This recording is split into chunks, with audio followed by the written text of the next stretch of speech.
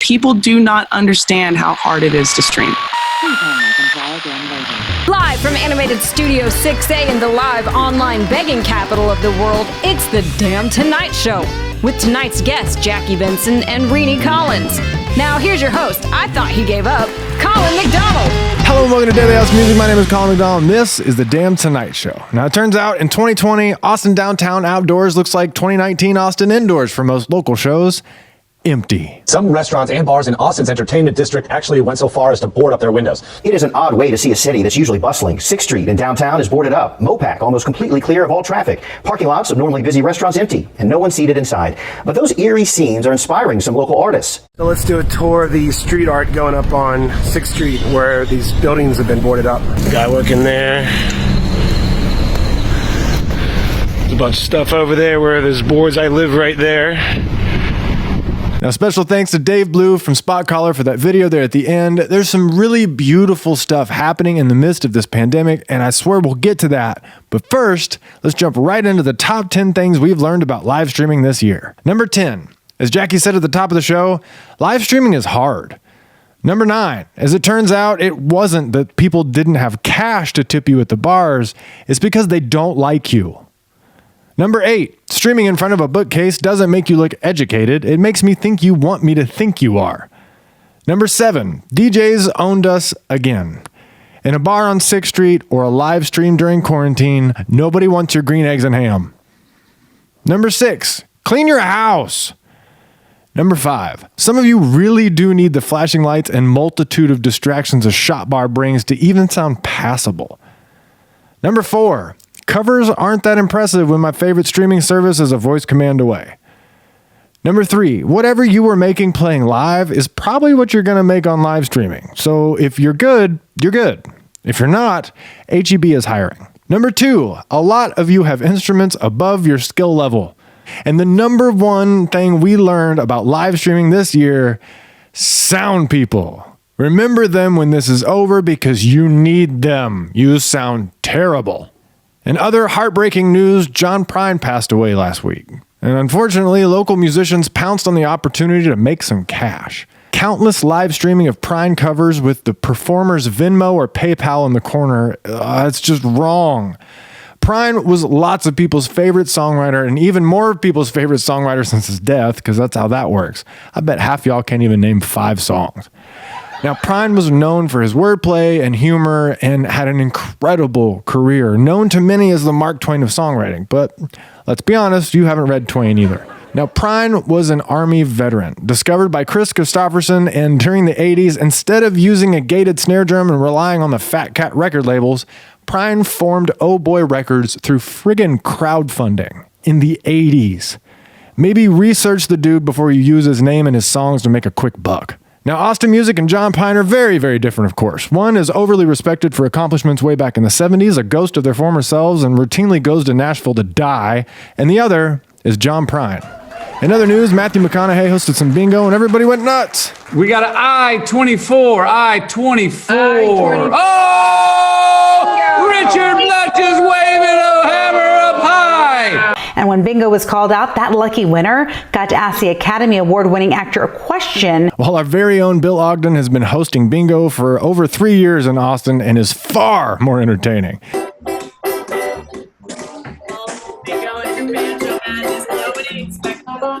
He also hosted a songwriting competition and was able to award a local musician $300 in cash. But yeah, the guy from Sahara is a good representative as our Minister of Culture. In other news, Gary Keller gives $50,000 to HAAM, while also ending sustainable funding for the Red River Cultural District and the Music Venue Alliance. Quite a time to pull funds from venues and give money to health of musicians. Too bad it took a crisis. In light of this, Rebecca Reynolds has stepped down as president of the Music Makes Austin, the Keller nonprofit umbrella, to focus on finding funding for MVA. And on the other side, Cody Cowan of the Red River Cultural District's salary will be covered by, quote, savings within his nonprofit, according to the Chronicle. Cowan oversees fundraising for banding together ATX, and I just think it's interesting that the Red River Cultural District has a savings account, given the state of affairs even before all this. But that's a discussion for another time. The conversation for now is, despite countless service industry workers being out of work, the Red River Cultural District is apparently using their savings account to continue to pay admin costs, while servers are waiting in a 2-mile-long line at the Central Texas Food Bank, and the venues that provided their income are literally boarded up. I mean, we all have to make sacrifices. Just, some go first into the fire. The future of live music in Austin is pretty uncertain, says Cowan. It's going to require a lot of hard work and determination by those of us who want to stay the course. We're just going to have to stay busy whether or not we're getting paid. That's easier to say when you're, getting paid. In other fundraising news, many venues are selling merch, pre-sale tickets, and even toilet paper and 12 packs of Lone Star.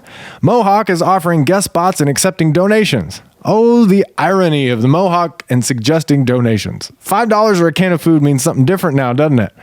The position you're in now? Yeah, that's how we were living pre-2020. And in KXAN coverage, I ran across this quote. A little bit of money goes a long way. No! That's part of the problem. We've always faced this. We have to fight to change this narrative. We as musicians, especially now, are not special. We're just like you. My rent is just as high as yours. Bills are just as big. My faith just as wavering. But facts are facts. And the fact is, a little bit of money goes a little ways. Now we're all getting hit. Big and small. I even saw a tweet this morning from Andy Langer, but despite the New York Times article placing the Austin Chronicle under print in peril, they have really stepped up their online game and have moved to only printing every other week. So read a Chronicle article, click on an ad. Want to know who's live streaming? Check out the Chronicle's listings, and also Showlist Austin is doing a great job coming back just at the right time, while Do 512 has gone from local to completely irrelevant. Now, into some good news. Riders Against the Storm released a remix of Gary Clark Jr.'s This Land that's, in my opinion, a whole lot better than the original for sure, so be sure to check that out down in the links. And a ton of musicians got together to film a cover of What the World Needs Now, which was really cool, but let's see those writers. And local musicians of every kind are joining together virtually to figure this stuff out. We've seen open mics, song swaps, and so much more. Stay creative, y'all. And finally tonight, I want to give a shout out to Spectrum News and specifically Tara Pettit. Her story and interview with my next guest, Jackie Venson, was on point and well done, even if a little extra with the graphics and sound effects. Live musicians like Austin's Jackie Venson have been in limbo for weeks. I absolutely loved it. So Tara Pettit wins the award for usually these stories are tone deaf and put together in a hurry, but this one actually looks well loved. We'll be right back with cartoon Jackie Venson right after this break. HAAM provides access to affordable healthcare for Austin's low-income working musicians, with a focus on prevention and wellness. Many Austin musicians are self-employed and have no access to health insurance or basic healthcare. They often work multiple jobs and struggle to pay for food, clothing, and shelter with nothing left for healthcare. HAAM has helped over 5,300 musicians access over $73 million in healthcare value since they began in 2005. Find out more at haam.org. And welcome back to the Damn Tonight Show. I'm here with Jackie Venson, who is just killing it right now. And thank you so much for being on the show. Now, I'm really excited to talk to you specifically about live streaming in this kind of new era of entertainment. Now, you've been streaming forever. When was your first live stream? My first stream attempt was 2014 in Berlin, Germany, at this place called Kugelbahn. I tried to stream my concert there, but... Wow, that was forever ago. So you've had a lot of success even before all this. What is your strategy kind of for live streaming? Like, people who don't stream don't understand, because they really do think that you just hold up your phone and you just press record. And it's like, you do that like one time. And then what are you going to do the next day? And then what are you going to do the next time? You're just going to do that every time? So once they start having ideas, after they've done a few, like, oh, I just got to do this. Once they start having ideas, they realize like everything goes wrong. The sound doesn't work. All of a sudden, your internet restarts. Windows will update.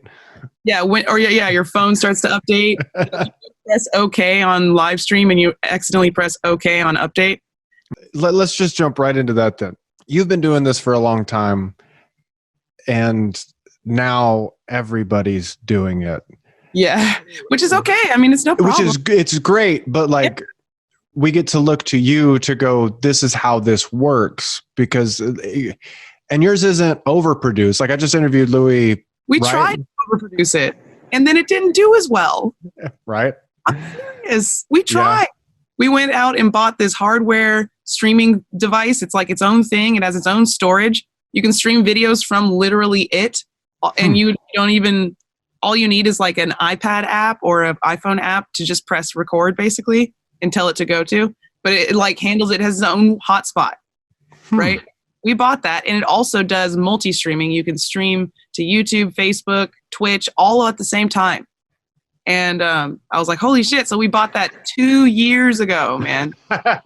2 years ago we bought that. And we used it to launch Jackie Venson Live on Thursdays. I don't know if you were there for that. Oh, yeah, yeah. I think you actually did a Daily Austin Music about it. Yeah, I think I did, yeah. Yeah, I think you did. And it was because I didn't play any shows in Austin because I was trying to sell out the Paramount Theater. And so I was like, okay, I got to play but not play at the same time. And that's why streaming was the perfect solution. It was like, get people excited, but it's also really lo-fi. And it's like, well, if you want hi-fi, like, come to the show. Exactly. Talk about the show the whole time, right? It's so different now because you don't have the show to bring people to. Kind of what's your strategy now? Is it merch driven? Are you releasing like crazy amounts of records? Like what the hell do we do now, Jackie? Oh, well, we take it one day at a time because we've never been through anything like this. We've never been through it with the internet. Yeah. So like we don't have any idea how things are going to go or how things are going to get back to anything because we didn't even understand how much the internet was going to change the world in the first place. Like we could still go outside. Yeah, like we didn't even understand what the internet was even doing to our society, and we still don't get it. And that's why Facebook's out of control, and that's why there's all that, fake news. That's why that term exists. Yeah. We don't know how to deal with the very thing that we made. And so what I'm saying is we just have to take it one day at a time. Yeah. And what you got to do is you got to get out there, if you're an artist, in front of people as much as possible, because it's challenging, but it's just as challenging as loading up your car and loading out your car and setting it all up and then breaking it all down and then all the other stuff that comes in between all of that, also playing the show, arguing for more drink tickets at the bar, like telling people that they are on the guest list. Right. It's not streaming it takes more than just putting a phone on a tripod, but it only takes a little bit more because if you do too much more, then it doesn't do as well. Okay, let's switch back. You just hosted the AMAs, which was pretty much the last gathering that we're going to have. I know, the last gathering. Is that a movie? Probably. I think that's a movie. But just kind of tell me how that came about. What was that like? Well, it was really crazy. Mm-hmm. It was more exciting than winning. I'm sure. Yeah, I was like, sick. I get to be like a whole personality the entire show. Right. Instead of like, thank you. Good night. I just like disappear. Right. You know what I'm saying? For the rest of the night. Don't even perform. So I was like, I felt like I hacked the system, man. I was like, you kind of did because you got, you not only did you get to be a personality of the whole show, but like leading up to the show, all the promos and everything like that. Like, yeah, I know. I know. What could have been better for you, really? They were like, hey, so you're hosting the AMAs and we're trying not to take up too much people's time. So we really want to schedule video shoots. I'm like, you tell me anywhere you want me to go anytime. Like, I'm here. That's awesome. I will film as many videos for you as possible. They were like, will you take over I'm like, yep. Like, will you do like a face? I'm like, yep. Like, they're just like everything they want. They're like, thank you for cooperating. I'm like, no problem. Like, what? What? They're like, can we share one of your streams? Oh, yep. Yeah. I'm just like everything. I green lighted everything because like that was the biggest thing for me. I'm like, this is stuff. This is content that I don't have to create. And I am a content creator. It is very hard to create this stuff. It's hard to come up with the idea. It's hard to be brave enough to like show people the idea and like try things. It's hard. Yeah. Being a personality on the internet, being a personality, it's hard. And any assistance is very much welcomed. That's why I was like, even though it took me a while to set this up, that's why I was like, yo, I'm totally down to do this. Oh, absolutely. And thank you so much for doing this. All right, we're going to take a really quick break. We'll be right back with more Jackie Venson right after this. The CobraCast podcast with Bobby Sharron is a must-listen in the Austin music community. With over 280 episodes so far, you can tune in to hear Austin musicians and the like share their stories and their music every Monday and Thursday live at 7:30. Check this one out anywhere you get your podcasts, as well as Facebook and YouTube Live. Welcome back to the Damn Tonight Show. Now, Jackie, you are rather prolific. Tell me a little bit about JVTV. Okay, so actually, JVTV has evolved just about as quickly as this like virus case has. You know, like it changes every 20 minutes. Yeah, Right. that's about how much this has changed. It started off. I did a. Do you remember that lo-fi hip hop thing? Oh God, yeah, I love that. I'm gonna explain to you the entire timeline of how I arrived at JVTV, because I feel like in this explanation is maybe like a lesson in going with the flow. So it all started with the lo-fi hip hop. It was Louie's idea for me to recreate the lo-fi hip hop thing and have it be to my new single. So we did that. We put it on Reddit. The photo of it, the photo preview went viral, but the actual video didn't, unfortunately. So then we started thinking about lo-fi, the live feed. What if I had my own lo-fi thing on my channel, my own thing? I was like, So then I'm like, okay, I guess we're going to have to use the Sling, which is that thing I bought 2 years ago. Turns out the Sling wasn't good. Then started looking at other encoders, found OBS, downloaded OBS, learned how to use it. So I made a 6-hour-long loop of like every video I could find that was worth a damn of mine, including entire concerts and home movie reels and everything. Yeah. And I spent 3 days trying to get a file that big off of my iPad where I created it onto this laptop. Figured out how to do that. Went live on my YouTube page with a never-ending feed. Monitored it for about 2 days. Found out that it's just not. I wasn't doing it right. It's not a video. Chilled Cow isn't a video. It's like a loop to a playlist. You know what I mean? And so I was like, I'm just not doing this right, and it's not working. Like only 3 to 10 people are watching it, right? So then I'm like scratching my head, and then Louis scratching his head, and then he's like, "What if you like went live twice a day, and early in the day you run that loop, and then later in the day you're live?" And that's where the idea came from. Nice. And this whole thing started in like December, so it took us 4 months to get this idea just being alive and thinking about it. And you couldn't have had better timing. No. Well, the final push to think of it is the time. The times we're in, we're like, okay, you really got to think of something. So then we revisited this lo-fi idea. And then that's where I came up with the idea for the big, long video loop. Found out it didn't work after like 4 days of putting work into that. Also 4 days of learning how to use OBS and all that shit. Also, like just updating all of my hardware. I had to update the Sling. I had to update my laptop. Like just 4 days, man. This is what I'm saying. People do not understand how hard it is to stream. It's really hard, and they are starting to get it now. Right. And they don't understand that you have to do it well to get people to watch you, because you if have you're to going do up it like well. crap. Yeah. Well, you have to like engage, and you have to be there. You can't just like not look at the camera. That's why I can't use that Sling for Facebook. I have to use my cell phone because I need to have selfie cam, and the Sling doesn't do selfie cam. Can't use OBS either because I can only use it on my laptop, and my laptop's camera is garbage compared to like a literal iPhone 11. It's like, what are you going to choose? Right. But you're making it work, and that's really working well for you. So tell me about Jackie the Robot. Okay, I'm going to give you a preview of something coming up. I'm releasing my first remix. Okay, so like Jackie the Robot is not officially an artist right now. It's like a baby band. So what I'm doing is I'm releasing it through Jackie Venson, since Jackie Venson has the platform. And so I'm releasing my first remix EP. I've gotten the masters back. It's all been mixed and everything, of Jackie the Robot Volume 1. And that's coming out on 4/20/2020, the Holy Trinity. And it's gonna be lit. And before then on JVTV, I found all these home movies of me like literally taking my first steps and crawling around and like this big ass like 90s diaper on my ass.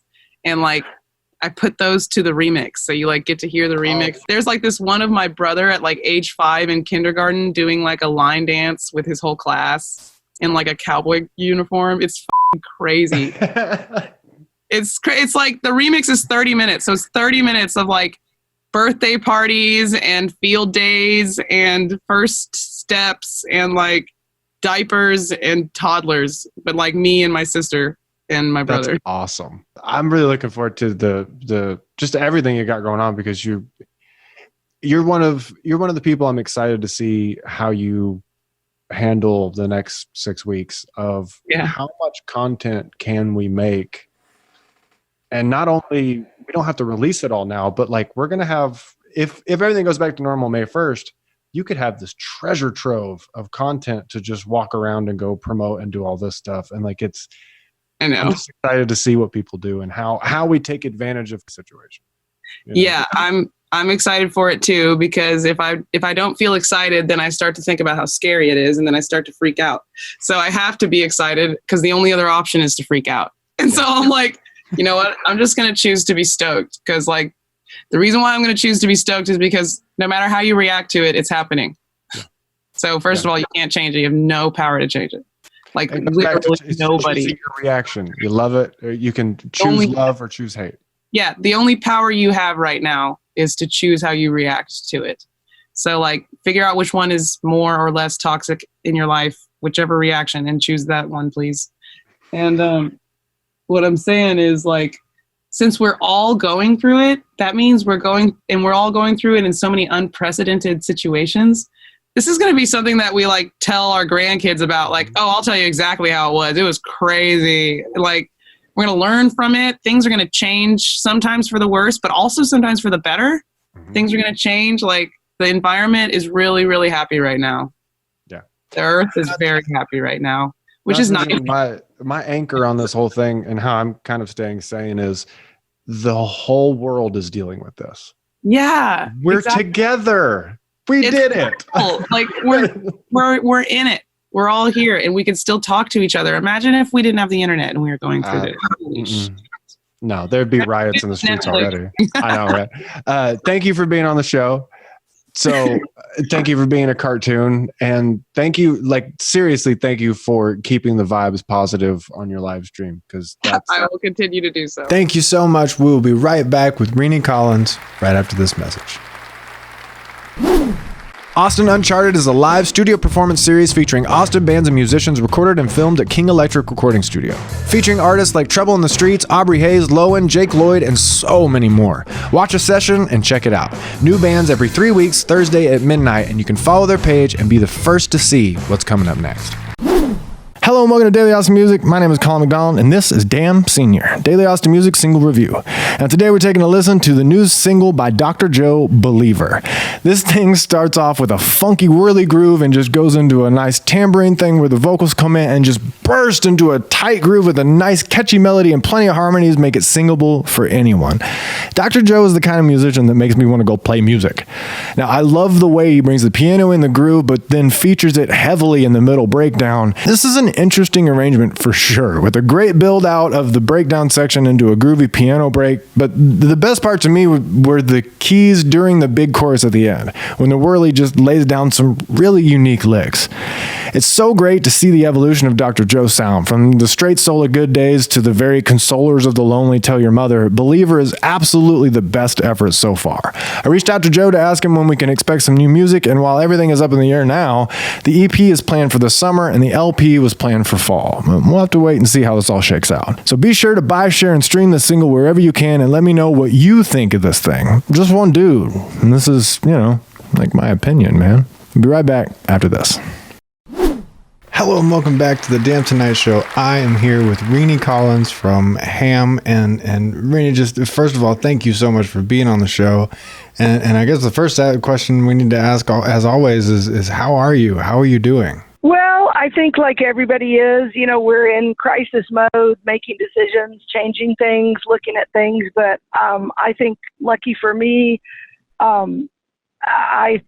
I thrive on crisis, I think, and our organization was built for a crisis like this. I mean, we're a healthcare organization, and we're reacting as fast and as nimbly as we can, and it certainly is changing every day. Right.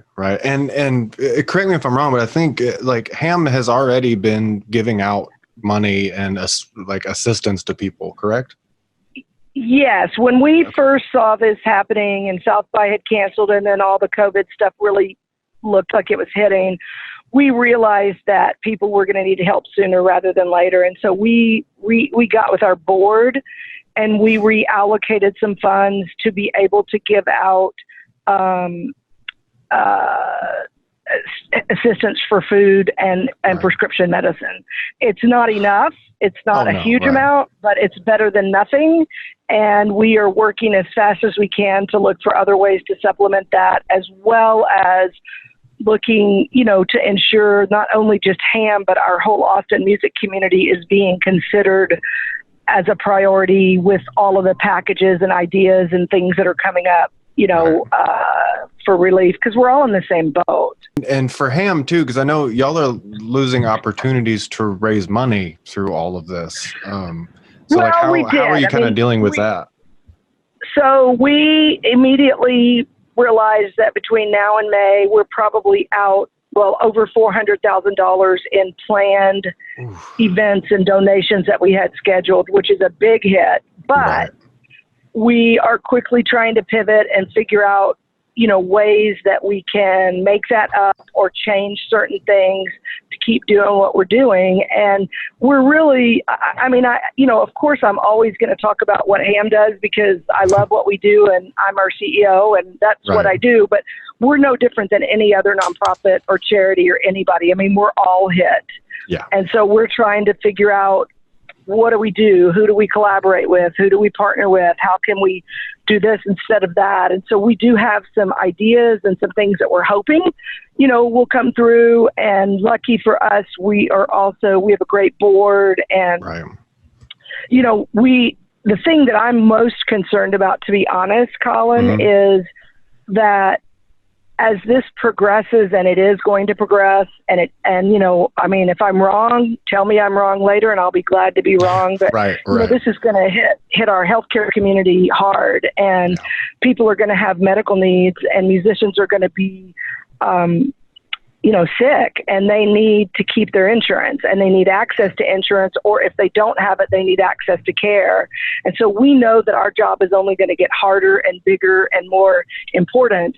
And the last thing I want to see is people choosing to pay rent or food or childcare and skip their insurance premium because they're not sick right now. And so we're looking at ways to supplement that too.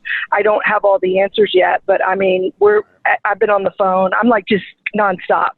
I can only imagine. Well, and it's funny for a lot of people, quarantine means no work. And for the rest of the people, quarantine means 3 times as much work. And I'm sure that's the case for you, where you're just on the phone all day trying to figure out some clarity for this thing and what's happening.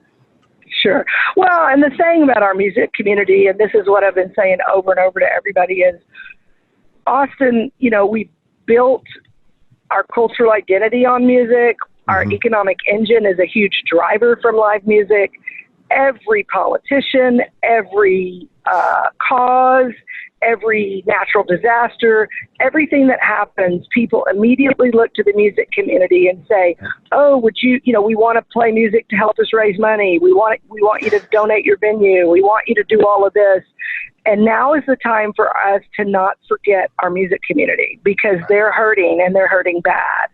And the last thing we want is to see us go through this, and when we come out on the other end, because we know we will come out, I don't know when, have all of our musicians gone. New Orleans, one of my really good friends runs the New Orleans Musicians Clinic, and she talked to me about the fact that in Katrina, when everybody left and all their musicians left, they couldn't afford to come back. And it took them like 10 years to rebuild their music community. Austin does not want to do that. We need to build in the support right now as we're looking at things that we're doing to keep our music community here. And I know that HAAM has already played a huge role in that, just from the assistance that you've been able to give out so far, and from the years and years of just being HAAM and being here for us. One of the things I want to try and get from people, especially like this week and next week, is and I know you have plenty, but kind of think of maybe 1 or 2, but just examples of love and generosity and just uplifting stuff to share about our community because oh yeah, we many. Need that. Yeah, we do. Like so many. Like immediately before this got so bad, when they heard that we were having to cancel. People heard we were having to cancel Ray's birthday. Jim Ritz at the Paramount, who's another nonprofit, called and said, "Look, we'll let you use our place for free. It'll fit the criteria. You can do this." And then when that didn't work, because again, the criteria changed, right. Matt Ott and Colin Kendrick with Black Fret called and said, "Hey, dude, we're putting on this Love and Light series. We're going to give you the money." And they're a nonprofit, they need the money, this music community is amazing. Yes. And I am watching, I don't know if you've seen it, but all the Venmos and online concerts and all the stuff that's going on. I'm seeing other musicians support other musicians who I know are in the same boat. Yep. Yeah. And it really has become, all for one for all. And I've seen a couple of musicians. Tribe. It really is. And I've even seen some musicians that aren't necessarily hurting at the moment, put the PayPal link for HAAM up or Sims or something like that. And that's huge for a community. Yeah, it is. And like Kevin Russell, he just wrote a song about stay inside, and the proceeds are going to HAAM. And, it's a beautiful thing. And I know we'll get through this. This community is amazing, but it's also a big blow. And that's why HAAM, one of the things that we're doing is we do have health navigators. We have social workers and trained people who can talk to people and help them find resources. And we can't fix everything. We don't have everything, but we're here.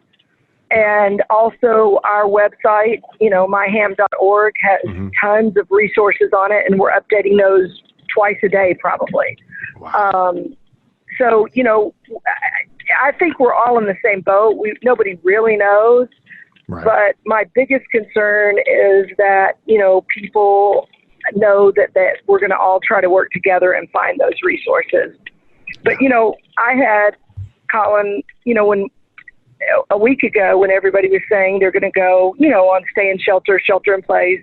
Right. Go to the store, buy some extra food. I had musicians calling me saying, "Look, I don't even have 2 days worth of food, much less be able to buy 2 weeks. I don't know what I'm going to do." It's really been amazing to see not only where we're at, but where we could be if we work together like this all the time. I hope that we learn from this crisis that we don't need a crisis to work together and all that. Well, it's, there's always beauty in suffering and beauty in pain. And even though this is a bad thing, I'm seeing so much of that. I mean, even just look at online, just overall worldwide, not just Austin, at all the music things that are going online. Why is that? It's because music feeds our soul. Music is, part of what adds meaning to life. And I hope that we can leverage that and use that to remind people, hey, we need to take care of our music community because that's what makes us special. Thank you for all that you do, but we're all very grateful for the work all of y'all do. HAAM is part of what makes Austin special. Oh, thank you so much. We'll be right back after this short message. Noises and Signals is a great resource for Austin music news by real journalists that know what they're doing and how to craft a compelling and informative story. Sign up for their newsletter to make sure you're not missing anything about the Austin music scene. Hello and welcome to Daily Austin Music. My name is Colin McDonald. This is Damn Art, Daily Austin Music album review time, made possible by Spotify. And today we're going to be listening to the brand new record from Modern Day Midas, The Bird, The Heart, and Mechanical Parts. And this one starts off with the track Somewhere to Start. It's just got kind of this weird feel to it, and it's got a little out of tune with the fiddle and an out of tune lead guitar part. I could ignore all that, except there's a friggin' DI acoustic still in there. I thought we talked about this, Raul. Track 2, Let Me Keep You Home. Kind of programmed, loopy, fake drum, real sounding drums are kind of starting to get to me on this one. I like the electric guitar rhythm track, and I really love the chorus with the vocal harmonies. Finally gets Raul up in his upper range. Nothing wrong with the lower, but the octave jumps add a lot to the songs as well as just show off the dude's talent. Track 3, The Kind, I can hear the click track in the intro. And I'd bet everything I had that this was recorded in either the Cubase or Nuendo. I really like the groove in this one, much better than the first two, and the music seems to fit the song a lot better. The guitar strumming patterns add a lot to the feel, and I like the ooh-oohs mixed with the fiddle. Much, much more in tune on this track than in the first. Though I think they like the groove a lot too, it just kind of hangs there, chilling. But so far, my favorite track. Track 4, Kid at 28. Now, first of all, full disclosure, I like this song. I actually love this song. But this arrangement was super distracting. From the off-time shaker in the beginning to the fiddle overplaying, just because you can doesn't mean you should. I did like the 4-on-the-floor kicks though, and the bowed bass. My favorite line on the record is "Learn to be kinder to my past." And I like that it ended on a 13 chord. Track 6, Mechanical Parts. Now this one was co-written with David Ramirez, and it's a really well-written song, go figure. I like the chord progression as well as the piano voicing they chose for the verses, but here it is, right here. This is what's been making me feel uncomfortable with this record so far. Up until about 1 minute and 38 seconds, you have this kind of slide guitar trying to mimic a pedal steel playing close enough to in tune, but then there's this note. Mechanical parts. This is over the title of the song, the hook of the song. That's just shoddy craftsmanship there, man. You can't let that leave your shop, as well as shoddy quality control from the artist. You can't let that go to press or Spotify or YouTube. People might hear it. It's got a cool bridge and a nice little chord progression to get us back to the kind of guitar solo thingy. Man, with words like this, I want an arrangement to take me somewhere. And this one just failed that test. Now, track 7, Which Will You Keep? I think the first one in 3/4 time. This one's got a nice bass groove and the drums sound much, much more natural here. I like the harmonies and little melody line on the keys. I really like the bridge as well, but I noticed that the vocals are just insanely loud and the mix could use some help. The vocals even seem to get louder as the song goes on, ending with some pretty ear-popping whoa-whoa-whoas before the last chorus. Now track 8, Call Me By My Name. There's that DI again. Dude! It's not often you hear a 5-string bass tuned a whole step down in a folk acoustic song, but that bass slaps. Finally, a cross-stick hit appears on the drum kit. It actually gives a nice little change, although it does sound like Addictive Drums, Tama Star Classic, or Sonar Designer series. Overall, though, I like the songs a lot on this record. The arrangement just kind of gets in the way of really accessing the vibe. From ubiquitous timing issues to tuning issues and just outright lazy notes, I'm anxiously awaiting for Raul's next effort. So be sure to buy, share, and stream this record wherever you can. Let me know what you thought of this thing, because I'm just one dude, and this is, like, my opinion, man. We'll be right back after this. All right, that's it for Daily Austin Music. Thank you so much for watching. Be safe out there. Stay home. Do more, better, faster. I'll see you when I see you.